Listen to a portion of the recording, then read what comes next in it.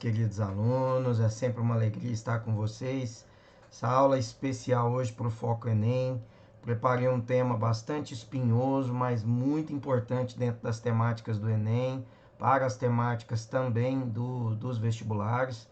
É uma retrospectiva a respeito dos direitos sociais ao longo das constituições brasileiras. Tá? Então, essa aula é muito importante e eu posso falar desse tema com bastante ênfase, exatamente porque eu sei o quanto que ele é espinhoso, o quanto que ele aparece nas provas e pode ser útil para vocês a partir aí da produção de texto, né?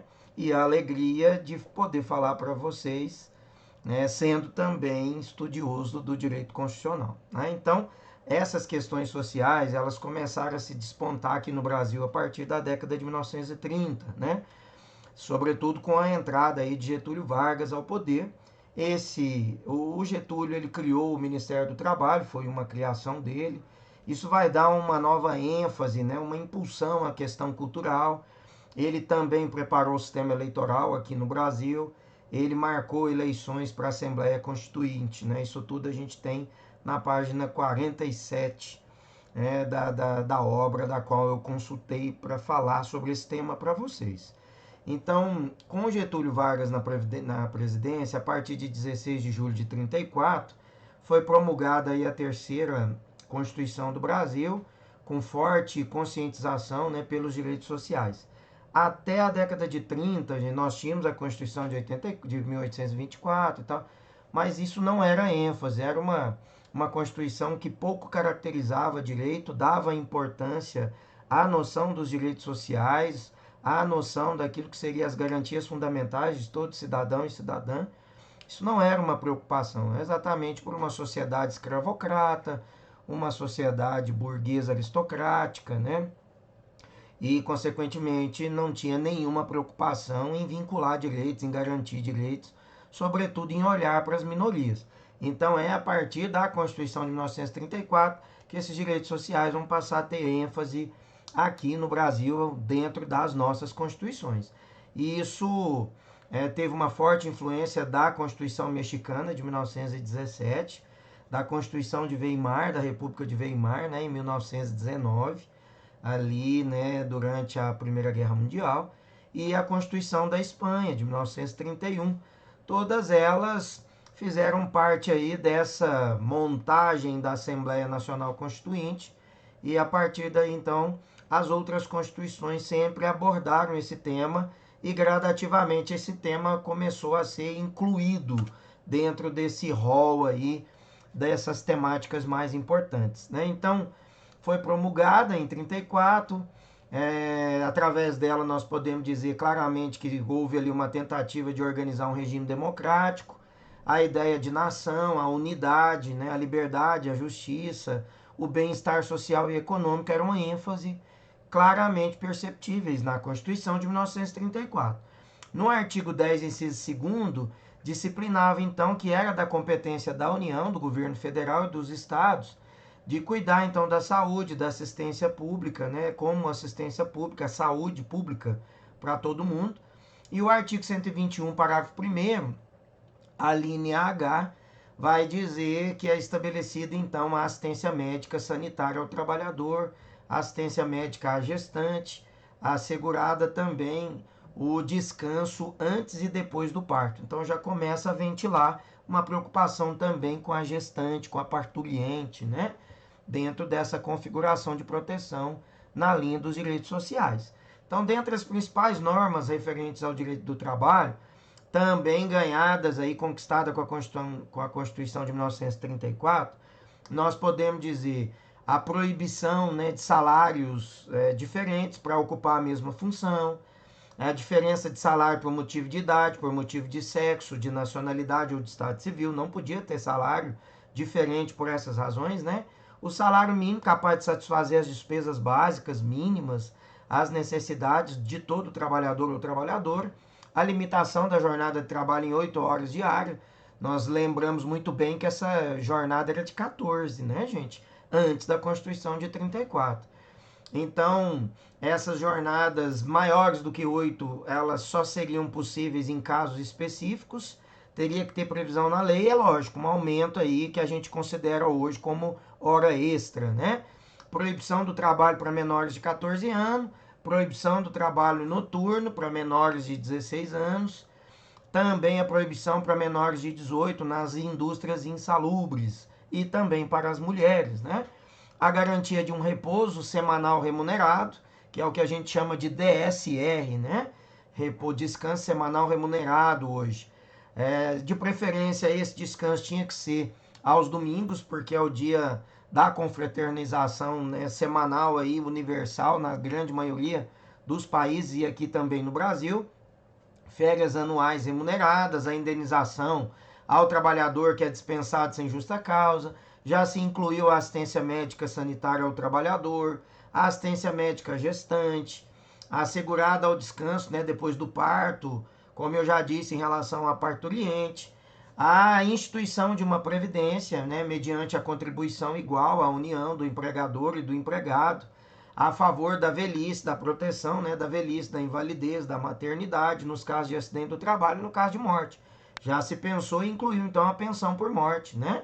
A regulamentação do exercício de todas as profissões já foi configurado nessa de 34, vinculada aí ao Poder Executivo a obrigatoriedade de ministrarem as empresas, né, as questões escolares, a obrigação, né, dos filhos nas escolas, o ensino primário gratuito, desde que nelas trabalhassem aí mais de 50 pessoas, né?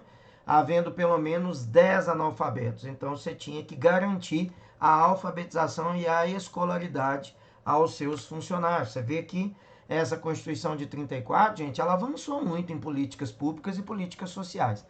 Talvez seja aquela que fez o grande marco mesmo para uma retomada, né, de direitos aqui dentro do Brasil. E é importante que a gente diga que, apesar de ter ali um governo conservador autoritário do Getúlio, ainda assim foi um governo que pensou e que viabilizou políticas sociais, né? Garantias de direitos sociais aos brasileiros, sobretudo aos trabalhadores, né? Então, a Constituição de 37 foi a próxima, ela é chamada de Constituição Polaca porque ela é oriunda aí, né, de grande parte de uma influência da Constituição da Polônia. Ela tem aí uma essência autoritária, centralizadora, né? Colocava em sintonia, então, os modelos fascistas, né, de organização política institucional, que estavam vigorando nesse cenário, sobretudo na Polônia, em razão, né, do nazismo e do fascismo, e diversas partes do mundo. Então, ela vai romper com aquela tradição liberal dos textos constitucionais anteriores que estavam vigentes aqui no Brasil, sobretudo a Constituição de 34, né? A principal característica da Constituição de 37 era, de fato, a enorme concentração de poder nas mãos do chefe do executivo, né? No caso do presidente, né? Do ponto de vista político administrativo, essa Constituição de 37 tem um conteúdo aí fortemente centralizador, ficando a cargo do presidente da República a nomeação das autoridades estaduais, os interventores, né? Aqueles para configurar um governo autoritário, fascista, né? Puramente fascista, né? Então a Constituição de 37, ela vai estabelecer no artigo 16 a competência privativa, né, específica da União para legislar sobre as normas ligadas à proteção da saúde, especialmente a saúde da criança. O artigo 137, a linha 1, vai prever então uma legislação trabalhista, né, que deveria observar, entre os outros preceitos, a questão da assistência médica, a higiene do trabalhador, a cuidado ali com a gestante, assegurado toda essa proteção sem prejuízo de salário e um período de descanso antes e depois da mulher ter ali o neném, né? Caso, como fator negativo especificamente, além de um todo ser muito conservador e centralizadora nas mãos do presidente da República, essa Constituição de 37, ela previa todo o poder executivo e legislativo concentrado na mão do presidente da República, né? Acabando então com aquele famoso princípio da harmonia e independência entre os poderes, que já foi consagrado pelo Montesquieu, né, durante o contratualismo, e aqui foi rompido exatamente porque o presidente da República concentrava o legislativo e o executivo nas mãos dele, né? Foi instituído também um estado de emergência que permitiu o presidente suspender ao bel prazer dele as imunidades parlamentares e se ele suspende a imunidade parlamentar, ele podia perseguir qualquer parlamentar, caçar o cargo dele, imputar a ele qualquer tipo de crime e caçar o cargo dele. E é exatamente ali que esse deputado ou senador, ele acaba não vinculando, ele não acaba desenvolvendo seu papel plenamente, porque ele tinha medo de ser caçado. E aí ficou muito fácil, né? Passaram também a invadir domicílios, a prender os seus opositores, exilar os opositores do governo fora do Brasil, além de retirar ao trabalhador aí o direito de greve, né? Impediram o direito de greve dos trabalhadores. Greve nunca foi algo muito bem aceito, né, gente? Até hoje nós ainda temos uma configuração muito pejorativa para a greve no Brasil.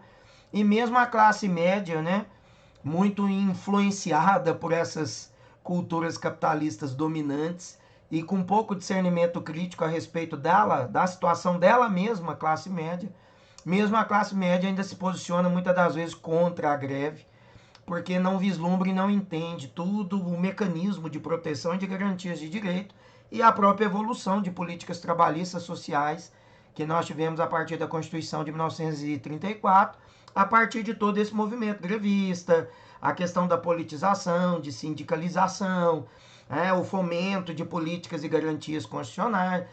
As pessoas não percebem o quanto que isso tem história no nosso processo de evolução da lei, da norma e no nosso acesso aos mecanismos e às garantias que tudo isso trouxe para nós. Se hoje a gente tem fundo de garantia, direito à greve, direito a férias, fundo de 13º salário, se a gente tem garantia e proteção à maternidade, se hoje a gente tem um sistema de saúde razoavelmente adequado, um tanto quanto desmontado nessa gestão atual, né? Mas um sistema de saúde que foi modelo através do SUS aí para muitos outros países, inclusive da Europa. Então, tudo isso que nós tivemos, inclusive a nossa liberdade de expressão, a gente se deve à luta desses povos. A gente deve à luta de negros, de mulheres, de trabalhadores, de operários, de operárias. Deve a greves, né? Deve a movimento de pessoas que deram sangue, de escravos que foram mortos até de tanto serem espancados, chicoteados no tronco. Então, há uma luta histórica, a suor e sangue, a dor e violência que resultaram na concepção de direitos que a gente tem hoje, consagrados com a nossa Carta Magna de 88. E muita gente negligencia, muita gente não dá importância ou sequer tem conhecimento da importância dessa trajetória histórica dessa luta de direitos humanos para que a gente hoje pudesse viver como nós estamos vivendo. Isso eu fico triste, lamento o desconhecimento que boa parte da população brasileira tem, principalmente quando eu vejo gente de classe média e baixa defender mecanismo que tira o direito dela mesma. Isso para mim é um absurdo total, né? Então, após a queda de Getúlio Vargas, nós vamos ter aí um processo, um período de redemocratização, que vai culminar com a Constituição de 46. Além dela restaurar algumas dessas garantias individuais, a Constituição de 46, ela reduziu aí atribuições do Poder Executivo, restabelecendo equilíbrio aí entre os poderes, né, judiciário, legislativo e executivo. O artigo 5º, então, inciso 15, a linha B, já prescrevia aí a competência da União para estabelecer as normas gerais de defesa e proteção da saúde, permitindo aos estados que pudessem legislar de forma suplementar, né, ou complementar. O artigo 157 vai estabelecer ali uma volta, né, de legislações do trabalho de previdência social, que essas legislações deveriam obedecer ao texto da Constituição a partir do inciso 15, a assistência sanitária, inclusive hospitalar e médica, a proteção da gestante, a proteção do trabalhador, tudo isso consagrado, né, nas Constituições 34, um tanto quanto negligenciado na de 37 e agora retomado na de 46. Então, no mais, gente, inseriu aí em seu corpo o mandado de segurança para proteger direito líquido e certo. Quando esse direito líquido e certo é violado, você tem um mandado de segurança para ter uma liminar e restabelecer o seu direito ferido, né? Direito líquido e certo é aquele que não depende de entrar na justiça para provar. Você já tem ele na sua mão. É como se você tá ali com um problema, rompeu o ligamento do braço, tá sem poder trabalhar, tá afastado pelo INSS, de repente o INSS te chama para uma perícia, você vai na perícia, o médico, o perito corta, fala que você tem que voltar a trabalhar, mas você tá com os exames, ó, você tem ressonância magnética, raio-x, ultrassom, você já tem a data da cirurgia marcada por conta da lesão no tendão, e ainda assim o INSS te deu alta, opa, você tem o direito líquido e certo nas mãos, já está provado através de exame, laudos e atestados. Basta você entrar com mandado de segurança para que restabeleça o seu benefício, e aí você vai, né, você trabalhador, né, vai aguardar a sua cirurgia e só vai retornar quando efetivamente tiver alta depois de restabelecida a sua saúde, inclusive com o processo, né, de fisioterapia para voltar aos movimentos normais e tal, tá? Então esse é o direito líquido e certo. Essa Constituição também no artigo 141 aí, parágrafo 16, vai falar da propriedade condicionada à função social. Olha aí que importante. O latifúndio, então, aqui começa a ser questionado. Quer dizer, é garantido o direito de propriedade, mas a propriedade tem que atender a função social. E a função social é de gerar emprego, é de pagar impostos, é dela ser produtiva. Então, comprar a propriedade para eu guardar dinheiro, ficar ali esperando o aumento do valor da terra ou da propriedade, para que eu possa ganhar dinheiro, especular, né, de modo dentro do direito imobiliário, né, ganhar dinheiro e tal. Opa, a Constituição já previu que não, que essa propriedade tem que atender a função social. E é com base nessa regra, gente, que a gente tem garantida na Constituição de 88, artigo 5º, inciso 23, se eu não estou enganado, ela está garantida, é com base nessa garantia que o MST surgiu, amparado então na Constituição Federal. Ao contrário, porque muita gente pensa que o MST é um bando de baderneiro, em razão de toda a campanha difamatória que se tem do MST, mas eles surgiram a partir de uma pauta legal reconhecida pela Constituição de 88, tá? A propriedade tem que atender a sua função social, ela tem que ser produtiva. O artigo 145, ela criou aí o título, né, o título 5, em que vai falar da ordem econômica e social. E o que é importante dentro desse título, gente? Aquela garantia de que nós vamos viver no Brasil sob os princípios da justiça social, que prevê igualdade, distribuição de renda, combate à desigualdade, conciliando então a liberdade de iniciativa com a valorização do trabalho humano. Então, a valorização do trabalho, a ideia de uma certa proteção contra o desemprego estrutural, tudo isso já previsto, né, nessa Constituição aí. A Constituição de 46 ainda estabeleceu o salário mínimo, que já era uma garantia de 34, restabeleceu a participação obrigatória e direta do trabalhador nos lucros da empresa, a proibição do trabalho noturno para menores de 18, a fixação de porcentagem aos empregados brasileiros nos serviços públicos, né, dados sob concessão e nos estabelecimentos de determinados ramos do comércio e da indústria. Então, uma porcentagem, né, para que o trabalhador possa ter mais incentivo em produzir mais, né? A obrigatoriedade da instituição pelo empregador, né, do seguro contra acidente, no caso de um desses trabalhadores acabar passando ali por algum acidente e ter que se afastar. O direito de greve volta, a liberdade de associação patronal ou sindical, quer dizer, o patrão fazer parte do sindicato patronal e o empregado fazer parte do sindicato dos empregados, né? A gratuidade do ensino superior e o primário, né? Desde que a pessoa prove a sua insuficiência de recursos para poder pagar o particular. Olha que interessante a Constituição de 46. Olha a preocupação, né, com o estudo das pessoas de baixa renda. Infelizmente, isso saiu, né, do nosso texto constitucional nas constituições posteriores. A instituição, então, da assistência educacional em favor dos alunos de baixa renda, necessitados, assegurar as condições de eficiência escolar, quer dizer, o aprendizado desses jovens, a obrigatoriedade, né, de manterem as empresas em que esses trabalhadores aí, pelo menos 100 pessoas, né, um ensino primário para os seus servidores, a ideia de cooperação na aprendizagem dos trabalhadores menores, então cooperar, ajudar, incentivar, para que os menores de idade possam ir para a escola, trabalhar um período, mas ter a garantia de estudar um desses períodos exatamente para melhorar a sua condição de preparo de vida e mais tarde melhorar a qualificação técnica e o salário, né, gente?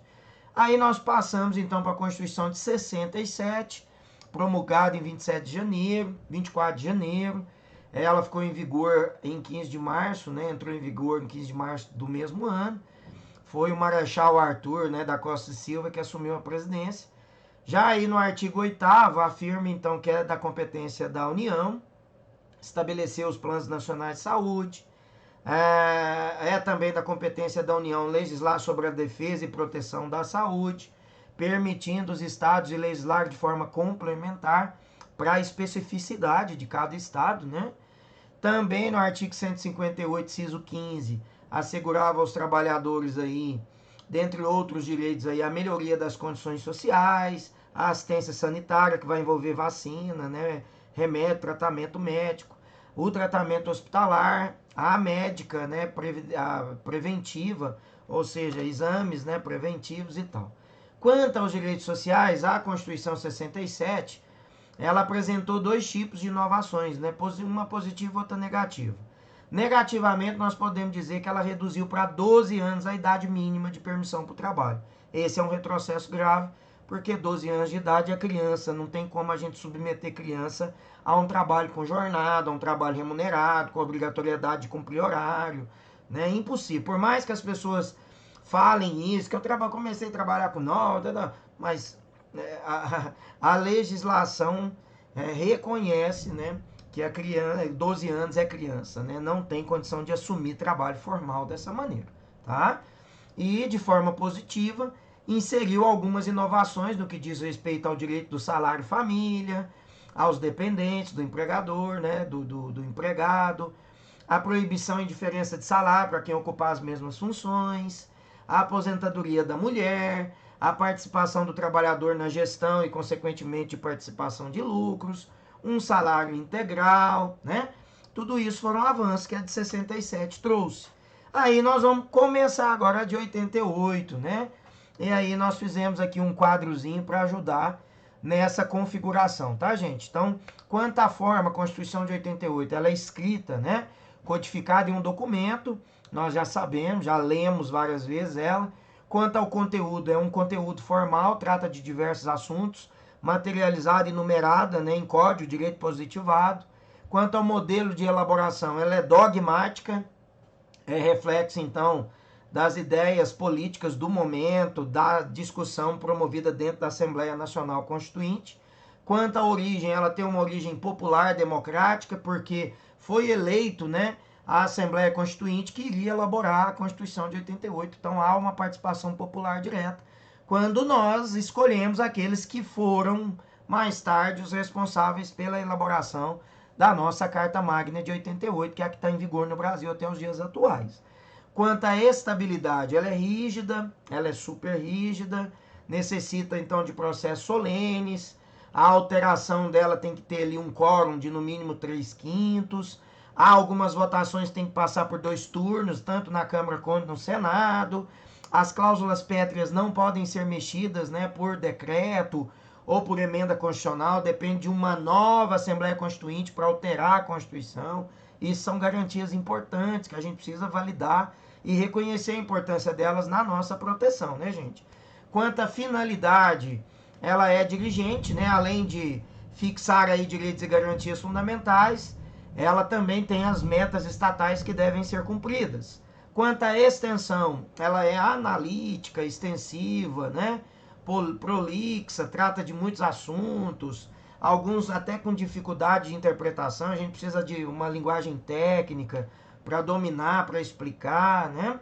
Por isso que dentro desse viés é importante a gente tratar desse assunto a partir de alguém que tenha a linguagem jurídica, que possa ajudar a gente a compreender, né? E quanto à corresponsabilidade com a realidade, ela é normativa, nós já dizemos, por quê? Porque ela vai condizer com a realidade do país naquele cenário, né? Quanto à ideologia, ela é heterodoxa, eclética, se funda em várias ideologias e a gente tem ali várias proteções culturais, religiosas, no que diz respeito ao caráter formal, à de cidadania, de direitos humanos, garantias e direitos fundamentais, etc, né? A Constituição, então, de 67, aqui é só, eu inverti ali, mas é só para a gente concluir, tá? Ela durou, né, 27, ela teve 27 emendas, aí depois entrou a de 88, que é essa, em vigor. A carta de 88, gente, ela foi promulgada aí com o presidente do Congresso Nacional, Ulisses Guimarães, É chamada de Constituição Cidadã exatamente pelos mecanismos de garantia de cidadania que ela acabou conduzindo, a questão da dignidade, as garantias e os direitos constitucionais, artigo 5º, 6º, 7º até o 14, são todos uma lista, um rol de direitos que nos protegem, que garantem, que estabelecem critérios valiosos, né, para a garantia da nossa vida, do nosso bem-estar, da nossa segurança, da nossa proteção, aquilo que é obrigação também, papel do Estado. Então recebeu carinhosamente o nome aí, né, de Constituição Cidadã, porque ela se volta aí para a plena realização da cidadania, né? Segundo Jaime Benevenuto Lima Júnior, que é um dos grandes estudiosos da Constituição, foi a Constituição que melhor instituiu aí os direitos fundamentais, artigo 5º da Constituição, né? É a melhor também que acolheu os direitos sociais, né? Aqueles que estão consagrados no artigo 6º da nossa atual Constituição.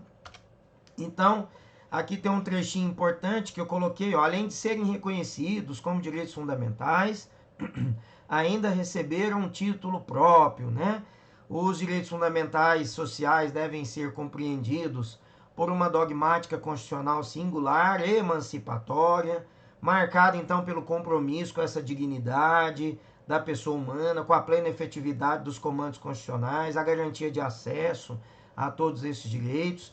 Já no preâmbulo, que é o início da Constituição, a apresentação da Carta Magna, nós já vamos ter os valores para os quais ela se diz, né, está disposta a garantir, então, o bem-estar, os direitos sociais, o desenvolvimento e a igualdade, princípios de isonomia, né, os direitos, né, que vão consagrar aí todos os cidadãos, a configuração daquilo que a gente chama, então, de Estado democrático de direito, que protege, que ampara, que garante, né, que faz com que as pessoas possam andar concomitantemente com o desenvolvimento desse Estado, combatendo as desigualdades sociais, fomentando a renda, a livre iniciativa, a possibilidade de ensino, de estudo, a qualificação técnica para ter um melhor trabalho e, consequentemente, um melhor salário, a proteção da mulher, da maternidade, do idoso, os programas que vão colocar aí o direito e toda a menção ligada à vacinação, a uma saúde prévia, né, preventiva, prescreve então os objetivos